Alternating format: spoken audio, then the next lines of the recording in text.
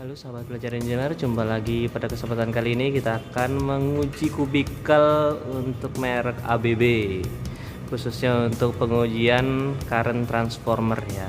Di sini sudah ada kubikelnya yang akan kita uji. Nah, posisi CT berada di belakang kubikel.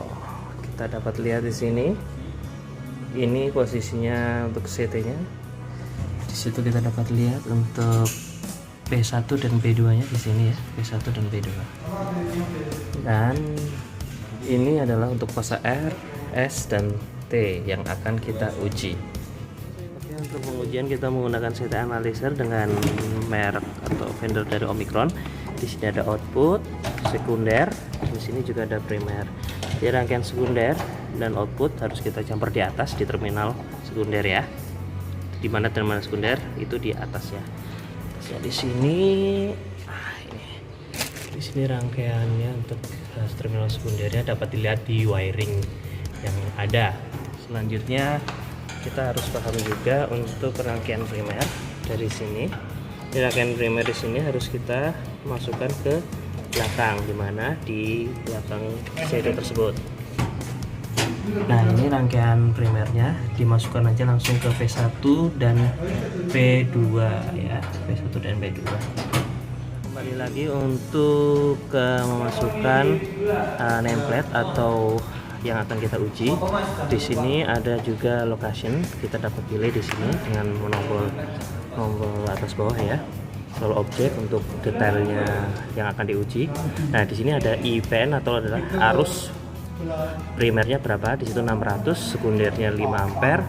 Standar yang digunakan, dia menggunakan IEC berapa, di sini menggunakan IEC 60044-1. P atau M ini adalah jenis kelas dari CT yang ada. Di sini kita menguji P nya adalah kelas proteksi dengan kelasnya 5P dengan AFF nya 20, 5P 20. Ketika ada 20 kali gangguan atau arus gangguan dari nominalnya 600, maka akan error sebanyak 5%. VA di sini adalah kemampuan atau burden yang dapat dipikul dari CT tersebut, yaitu hanya pada sekitar 30 volt ampere. Oke, itu saja yang harus kita masukkan. Kalau misalnya ada di sini juga ada, di sini juga frekuensi yang digunakan untuk CT tersebut. Setelah dilakukan pemasukan tersebut, kita cukup menekan tombol start ini. Tombol start. Nanti proses akan bekerja atau akan berlangsung. Oke, kita akan langsung aja untuk melakukan pengujian ya. Kita sudah memasukkan untuk template-nya di sini dengan kelas metering, kalau yang kali ini ya, M di sini metering.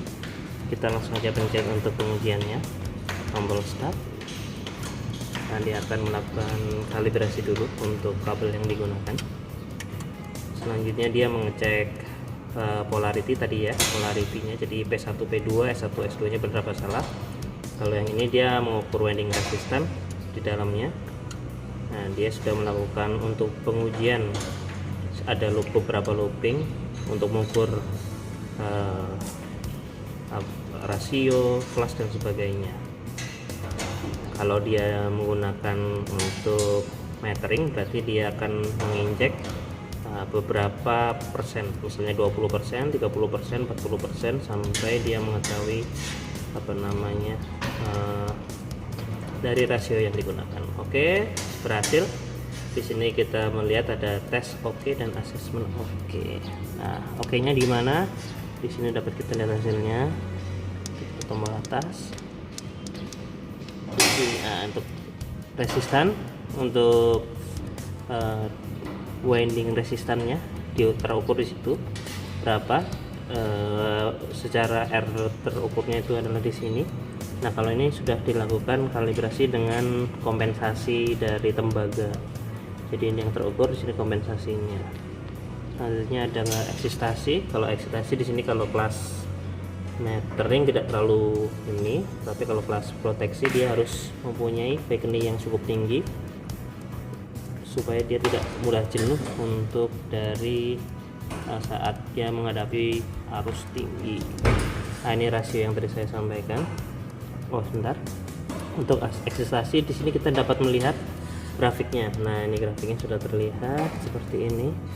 Nah, ini untuk yang rasio tadi, kita di sini mendapatkan rasio dengan error sebesar 0,91 dengan error kompositnya 0,89. Tapi kita menggunakan yang ini ya. Untuk errornya yang kita gunakan di sini contohnya itu beberapa kali pengujian ya, 20%, 50% dan sebagainya. Oke, di sini yang terakhir adalah yang tadi hasil asesmennya yang tadi oke dan oke.